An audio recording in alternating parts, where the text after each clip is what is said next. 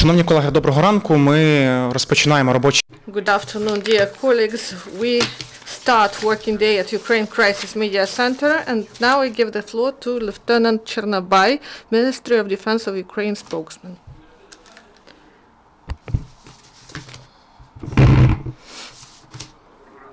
Good afternoon. I'm glad to see you all at our briefing. The President of Ukraine signed a decree to award servicemen who took part in ATO operation for their courage and high professionalism that they displayed while defending sovereignty and integrity of Ukraine, faithfulness to their oath. 17 servicemen were awarded with Bogdan Khmelnytsky, and 68 with Order for Courage, 135 with Medal for the Military Service, and also for Defense of Ukraine. Sea breeze continues in Odessa and Mykolaiv Oblast. And at the moment, Ukrainian servicemen continue training, and also they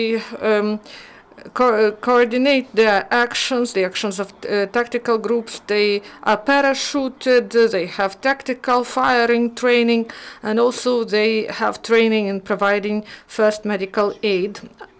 Also, there will be training on planning operations, leadership, battleship capability assessment, experts training in the framework of the program of verification and feedback of operative capabilities concept. Also, in the framework of the concept, there will be assessment of the second level frigate Getman-Sagadachny assessment with the specialized anti-vessel helicopter 27PH.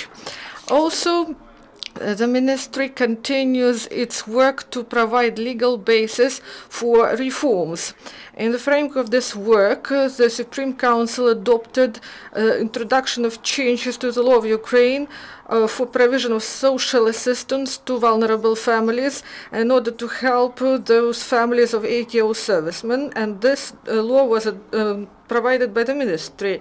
And they now do not introduce to the average income of the family the military contribution of those servicemen who take part in ATO operation. And these changes were introduced to Article 1 and Article 4 of this law. At the moment, the Supreme Council reviews 5 draft laws. They provide the realization of reforms in the sphere of the defense. So this is a draft law for introduction of changes to the law of Cabinet of Ministers. It lifts the responsibility of the government to establish the number of people who are going to be mobilized for training, and these responsibilities will be transferred to the responsibility of the Ministry of Defense. Also, there is a draft law on VAT-free regime for the goods of military purpose, especially for the communication devices.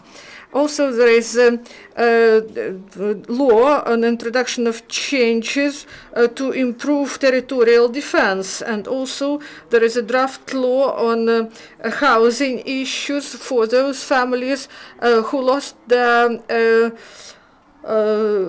members of their family in ATO operation.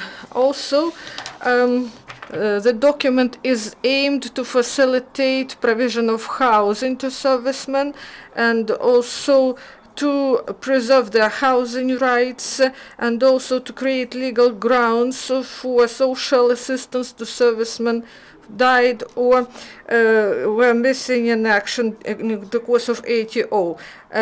Other 19 draft laws are reviewed now at the moment.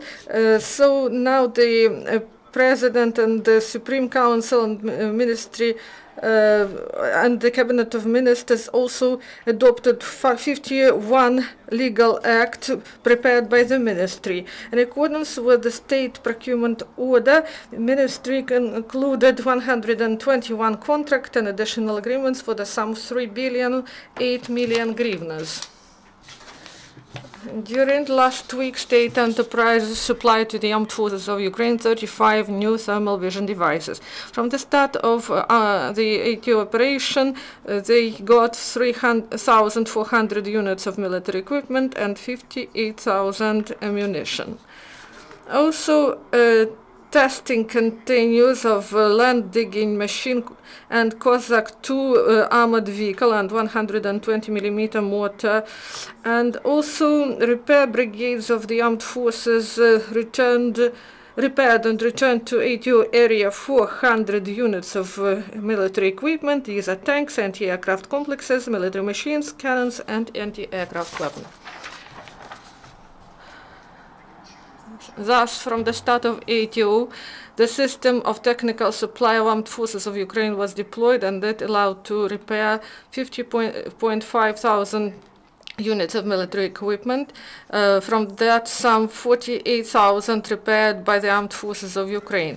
Ukrainian servicemen in the ATO area continue to clear the territory from explosive devices left by the militants.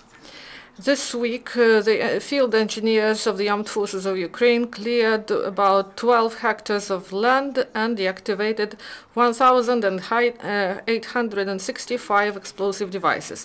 So from the start of ATO, military engineers deactivated in the ATO area more than 170,000 explosive devices and cleared from these devices more than 2.5 thousand hectares. This is all. Thank you for your attention. Thank you, Oleksiy. So the press conference is over. The next event is at 11. Thank you.